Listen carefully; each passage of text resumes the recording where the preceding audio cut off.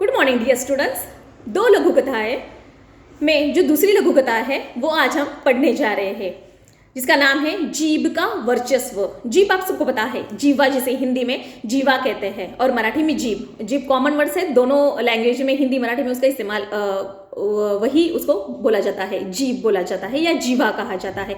तो जीभ का वर्चस्व, वर्चस्व मीन्स क्या, उसकी श्रेष्ठता। अभी देखो बहुत सुंदर ऐसी लघु कथा है, ठीक है। तो इस लघु कथा में क्या बताया है, हमें हमारे लाइफ में हमेशा विनम्रता से बर्ताव करना चाहिए, ठीक है। मीन्स कठोरता की अपेक्षा हमेशा विनम्रता अधिक महत्वपूर्ण है। घमंडी का जो सिर है वह हमेशा नीचा होता है। इस लघु कथा के जरिए हमें बताया है। चलो हम इस लघु कथा को शुरुआत करते हैं। पंक्तिबद्ध और एकजुट रहने के कारण दांत बहुत दुस्साहसी हो गए थे। एक दिन वे गर्व में चूर होकर जीवा से बोले, हम 32 घनिष्ठ मित्र हैं, एक से एक मजबूत। तू ठहरी अकेली, चाहे तो तुझे बाहर ही न निकलने दे। जीवा ने पहली बार ऐसा कलुषित विचार सुना था। वह हंसकर बोली, ऊपर से एकदम सफेद और स्वच्छ, पर मन से बड़े कपटी हो। देखो पंक्तिबद्ध मीन्स क्या, पंक्ति पूरे लाइन में एक के पास एक ऐसे दांत रहते हैं तो उसे हम क्या कहते हैं, पूरे पंक्ति मीन्स क्या, पूरी लाइन में पंक्तिबद्ध ज्वाइन हुए ऐसे घनिष्ठ एकजुट, ठीक है। एकजुट, ये जो दांत है हमारे मुंह के अंदर जो दांत है वो कैसे है, एकजुट है और पंक्तिबद्ध है।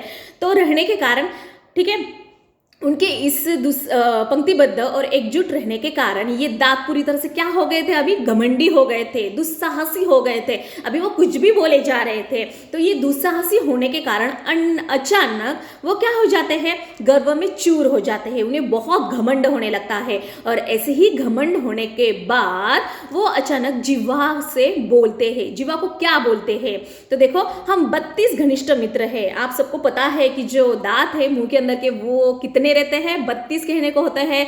कहते तो है 32, पर हम जब गिनते हैं तो वो 32 नहीं रहते हैं। परंतु यहाँ पे बोल रहे हैं कि हम जो दांत है, हम कैसे कितने हैं, 32 घनिष्ठ दांत है, हम मित्र है। एक से एक कैसे दांत है, मजबूत है, ठीक है, बहुत ही मजबूत है। तू ठहरी अकेली, ठीक है। तो ये जो दांत है वो जीवा को क्या कर रहे हैं, दुस्साहस की तरह गर्व में आकर कुछ भी बोले जा रहे हैं। ये दांत जीवा मीन्स के अंदर की जो जीभ है उसे जीवा कहते हैं। तो जीवा को वो कह रहे हैं कि तो तू ठहरी अकेली। जीवा तो अकेली है और ठीक है, ये जो दांत है वो इतने सारे हैं, पंक्तिबद्ध है, मजबूत है, और इनके बीच में जो जीवा है वो कैसी है, अकेली है। तो इसलिए आज दांत बहुत गर्व में आकर जीवा को क्या कह रहे हैं, तू तो ठहरी अकेली, ठीक है, चाहे तो तुझे बाहर ही हम न निकलने दे, हमारा बस चले तो हम तुझे बिल्कुल बाहर निकलने न दे। ऐसे दांत अकेली जीवा को कह रहे हैं। वह हंसकर बोली, जीवा ने पहली बार यह कलुषित मीन्स क्या, दूषित विचार सुना था। मतलब पहले दांत तो ऐसे नहीं होंगे, आज दांत पूरी तरह से क्या हो गए हैं, घमंडी हो गए हैं। इसलिए जीवा कह रहे कि आज पहली बार ये जो दांत है वो दूषित विचार जो बात है वो कह रहे हैं। तो इसलिए वह हंसकर बिचारी बोलती है, क्योंकि वह विनम्र है, ठीक है, विनम्र है, नम्रता से बात कर रही है। तो यह हंसकर बोलती है कि ऊपर से एकदम सफेद और स्वच्छ, पर मन में से ये दांत कैसे है, कपटी है, छल करने वाले हैं, ठीक है। मतलब अच्छे स्वभाव के नहीं है, जिसे हम कपटी कहते हैं, जिनके मन में कपट है। तो इसलिए यह जीवा जो है इस दांत को, इन सभी दांत को क्या कहती है कि ऊपर से तुम सफेद हो, स्वच्छ हो, दिखने में तो बहुत सुंदर है, परंतु उनका जो स्वभाव है वो कैसा है, कपटी है। मतलब देखो बाहरी जो दिखावा होता है उस पर हमें नहीं जाना है। जो स्वच्छ और सफेद है परंतु अंदर से वो कैसे है, कपटी है। तो यह हंसकर जीवा उनको बोलती है। इस पर देखो ये जो दांत है फिर क्या कहते हैं, ऊपर से स्वच्छ और अंदर से काले घोषित करने वाली जीभ, वाचालता छोड़, अपनी औकात में रह, हम तुझे चबा सकते हैं। यह मत भूल कि हमारी कृपा पर ही तू राज कर रही है। देखो यहाँ पर जब जीवा उनको हंसकर ये बोलती है तो इस पर फिर से वही उसको ये कहते हैं कि ऊपर से स्वच्छ और अंदर से काले घोषित करने वाली जीभ, ठीक है, तू हमको ऐसा बोल रही है, तू ये मत समझ कि तू ये मत समझ कि तू पूरी तरह से हमारे कृपा पर ही क्या कर रही है, राज कर रही है। मतलब देखो ये जो जीवा है वो किस पर राज कर रही है, दांतों पर। ऐसा दांतों का मानना है, परंतु दांत ऐसे उसको बोल रहे हैं, परंतु सही में जीवा उनके कृपा पर जी रही है क्या, नहीं। परंतु ये यहाँ पे बोल रहे हैं कि तेरी ये वाचालता जो है वो छोड़ दे जीवा। वाचालता मीन्स क्या, तेरे जो बोलने में जो निपुणता है, विनम्रता है, क्योंकि स्टार्टिंग से ही जो जीवा है वो हमेशा दांतों के साथ कैसा व्यवहार कर रही है, विनम्रता से व्यवहार कर रही है, निपुणता से बात कर रही है। इसलिए यहाँ पे जो दांत है वो अब जीवा को कह रहे हैं कि तेरी जो निपुणता है बोलने की वो छोड़ दे, क्योंकि हमारे ही कृपा से तू क्या कर रही है, राज कर रही है। ठीक है, हम चाहे तो तुझे क्या करेंगे, हम चबा सकते हैं। दांत जीवा को क्या कह रहे हैं अभी कि हमारा बच चले, ठीक है, हमारे मन में आए तो हम तुझे क्या कर सकते हैं, चबा चबा कर हम तुझे खा सकते हैं। इसलिए तुझे कैसा रहना है, औकात में रहना है। देखिए दांत अभी जीवा को क्या कहते हैं, औकात में रहने की बात करते हैं। औकात में रहने की मीन्स क्या, शक्ति के अनुसार तू रहे। ठीक है, इसलिए उसे ये कह रहे हैं। इस पर देखो, दांतों ने किटकिटाकर कहा। किटकिटाकर मीन्स क्या, ये पूरी जो बात है जीवा को दांतों ने कैसे कही है, किटकिटाकर मीन्स चबा चबा कर, ऐसे गुस्से से आकर यह बात दांतों ने जीवा से की है। जीभ ने नम्रता बनाए रखी, किंतु उत्तर दिया, दूसरों को चबा जाने की ललक रखने वाले बहुत जल्दी टूट भी जाते हैं। देखिए अभी भी बेचारी जो जीवा है विनम्रता से ही दांतों के साथ बात कर रही है। वो कहती है कि यहाँ पे दूसरों को चबाने वाले जो दांत है वो अंत में कुछ वर्षों के बाद क्या हो जाते हैं, टूट जाते हैं। ठीक है, दूसरों को चबा जाने की ललक, ललक मीन्स क्या, लालसा। ठीक है, दूसरों को चबाने की जो जिसके मन में लालसा है, अंत में यही दांत जो है वो क्या हो जाते हैं, टूट जाते हैं, टूटते भी हैं। सामने वाले तो और जल्दी गिर जाते हैं। तुम लोग अवसरवादी हो, मनुष्य का साथ तभी तक देते हो जब तक वह जवान रहता है। वृद्धावस्था में उसे असहाय छोड़कर चल देते हो। देखो यहाँ पे सही बात बताई है जीवा ने। जीवा कहती है कि जो दूसरों को चबाने की जो ललक है, जिनके मन में लालसा है, वही कुछ सालों बाद क्या हो जाते हैं, टूट जाते हैं। जीवा कहती है कि जो सामने वाले जो दांत है वो क्या हो जाते हैं, जल्दी गिर जाते हैं। तुम लोग जो है वो कैसे हो, अवसरवादी हो। मतलब अवसरवादी मीन्स क्या, समय समय पर आपका जो नेचर है, जो स्वभाव है वो बदल जाता है। तो इसलिए यहाँ पे जीवा जो है वो दांतों को कहती है कि तुम अवसरवादी हो। ठीक है, समय आने पर टूट जाते हो। और इतना ही नहीं, जब व्यक्ति वृद्ध हो जाता है, बूढ़ा हो जाता है, तो तुम उस समय उस वृद्धावस्था में लोगों को क्या करते हो, छोड़कर चले जाते हो। और जवान जब व्यक्ति रहता है तभी तक तुम उनका साथ देते हो। तो इसलिए जीवा कहती है कि तुम लोग कैसे हो, अवसरवादी हो। ठीक है, समय समय पर साथ देते हो और समय निकल गया तो तुम क्या हो जाते हो, टूट जाते हैं, पूरी तरह से गिर जाते हैं। तो इसलिए यहाँ पे जीवा ने सही बात बताई है। आप भी देखते होंगे कि जो उम्र के हिसाब से जो है दांत जो है टूट जाते हैं। तो सही बात है कि यह जो दांत है वो कैसे है, अवसरवादी है। वो सात लोगों का, इंसान का छोड़ देते हैं।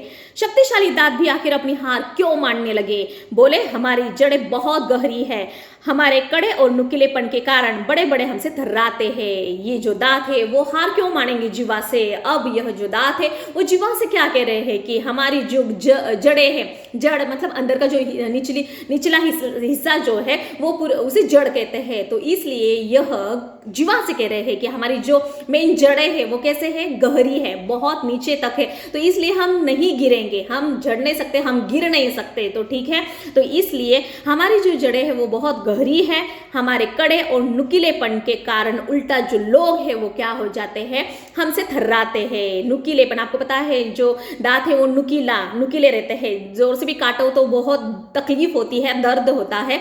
तो इसलिए वो कहते हैं कि लोग उल्टा हमसे डरते हैं। थर्राते हैं मीन्स क्या, उल्टा लोग हमसे डरते हैं, क्योंकि हमारे जो दांत है वो कैसे है, नुकीले है और नुकीले है और कड़े हैं, ठीक है, इसलिए उल्टा लोग हमसे डरते हैं, ऐसे दांत जीवा को कह रहे हैं। जीवा ने विवेकपूर्ण उत्तर दिया, तुम्हारे नुकीले या कड़ेपन का कार्यक्षेत्र मुंह के भीतर तक ही सीमित है। विनम्रता से कहती हूँ कि मुझ में पूरी दुनिया को प्रभावित करने की और झुकाने की क्षमता है। जीवा ने फिर से यहाँ पे विवेकपूर्ण नम्रता से उत्तर दिया, तुम कितने भी गहरी तुम्हारी जड़ें हो, कितने ही नुकीले हो, कितने ही कड़े हो, परंतु तुम्हारा जो क्षेत्र है, तुम्हारा जो जगह है, तुम्हारी जो स्थान है, वो मुंह के अंदर ही है। तुम्हारा जो क्षेत्र है वह भीतर तक ही, कार्यक्षेत्र जो है वो मुंह के अंदर भीतर तक ही सीमित है।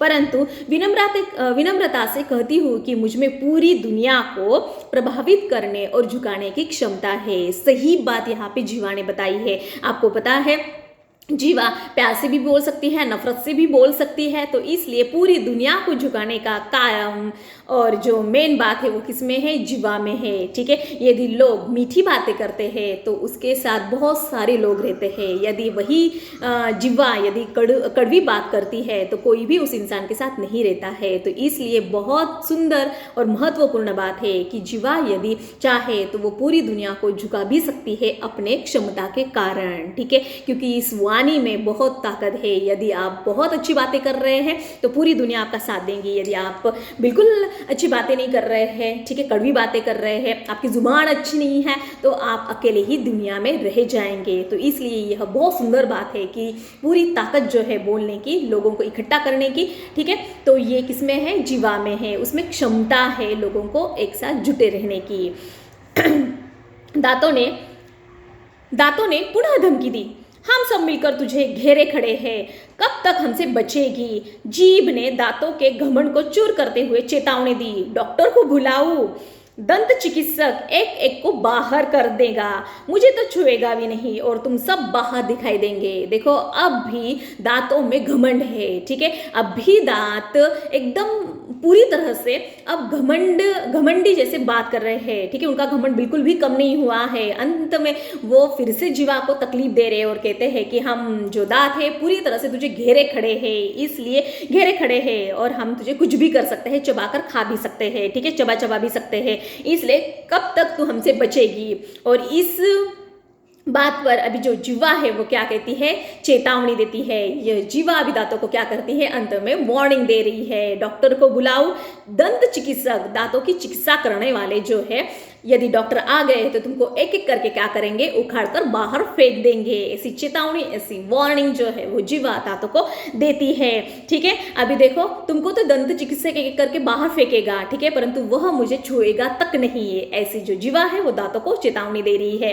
अभी देखो घमंडी दांत अब निरुत्तर हो गए। घमंडी, जिसे घमंड था, गर्व था अपने इस पर, ठीक है, तो अब यही दांत जो है वो क्या हो गए हैं, निरुत्तर हो गए हैं। मतलब अभी पूरी तरह से वह उत्तर देने लायक नहीं है, उनको समझ में नहीं आ रहा है कि वह जीवा को क्या उत्तर दे, इसलिए वो पूरी तरह से निरुत्तर हो गए हैं। उन्हें कविता की यह पंक्तियां याद आ गई। अभी अचानक उनको कुछ कविता की पंक्तियां याद आ गई। क्या याद आ गई, देखिए, किसी को पसंद नहीं शक्ति बयान में, ठीक है, कभी कभी किसी को बयान करने में शक्ति पसंद नहीं है। जबरदस्ती हम किसी को बयान देने में हम शक्ति नहीं कर सकते, जबरदस्ती नहीं कर सकते। तभी तो दी नहीं हड्डी जुबान में, इसलिए तो हड्डी शायद जुबान में नहीं दी है, ठीक है, मतलब हम जब चाहे तब हम अपना बयान दे सकते हैं, इसलिए हम उसके लिए जबरदस्ती किसी को नहीं कर सकते, इसलिए शायद जुबान में हड्डी नहीं है।